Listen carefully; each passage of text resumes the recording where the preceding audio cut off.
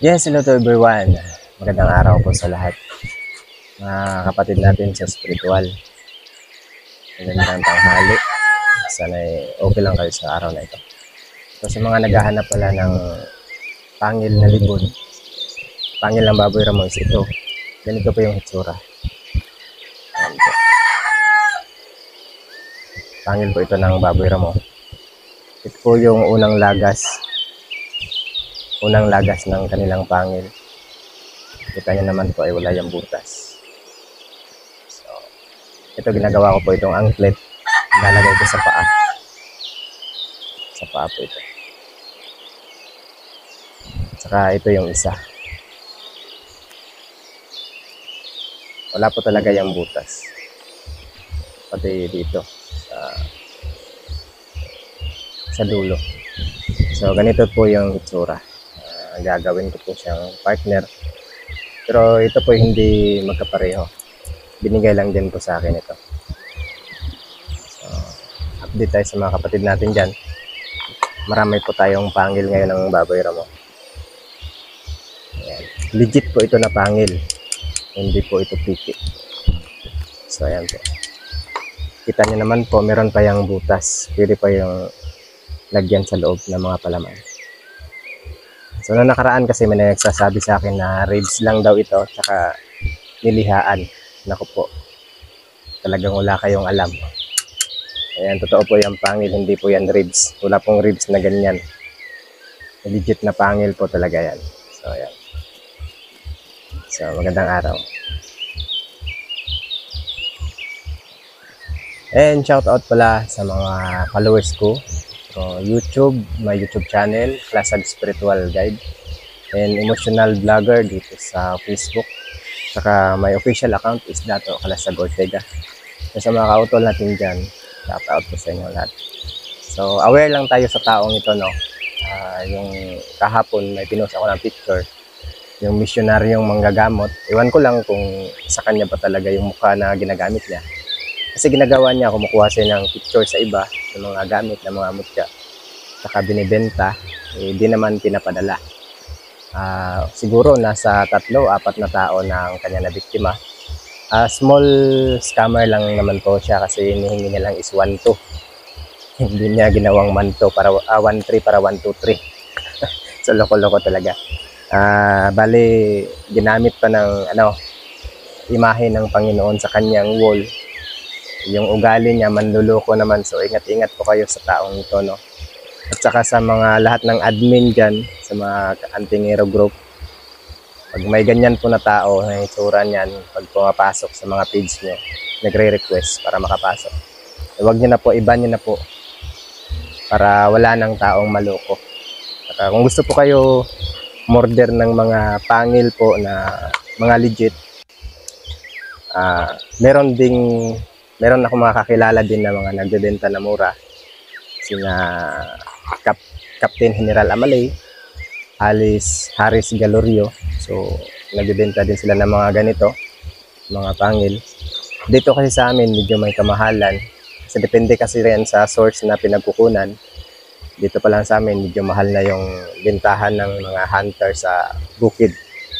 Kahit isang ganito nga, isang piraso, dito sa amin, nagkakahalaga na po ito ng mahigit 2,000 or 2,500. So ganito lang kalit, isang piraso lang. How much na kung magkapares. Pero di naman to masyadong mahal. Talaga may presyo lang. At saka sa nangungulit din na gusto niyang bilhin ito, itong pangil ko na malaki, mataas. Kung kaya mo yung presyo, sige, bitawan ko. 30K. Alam mo kung bakit mahal to? Pang museum na po kasi. Ito hindi to ordinaryong pangil.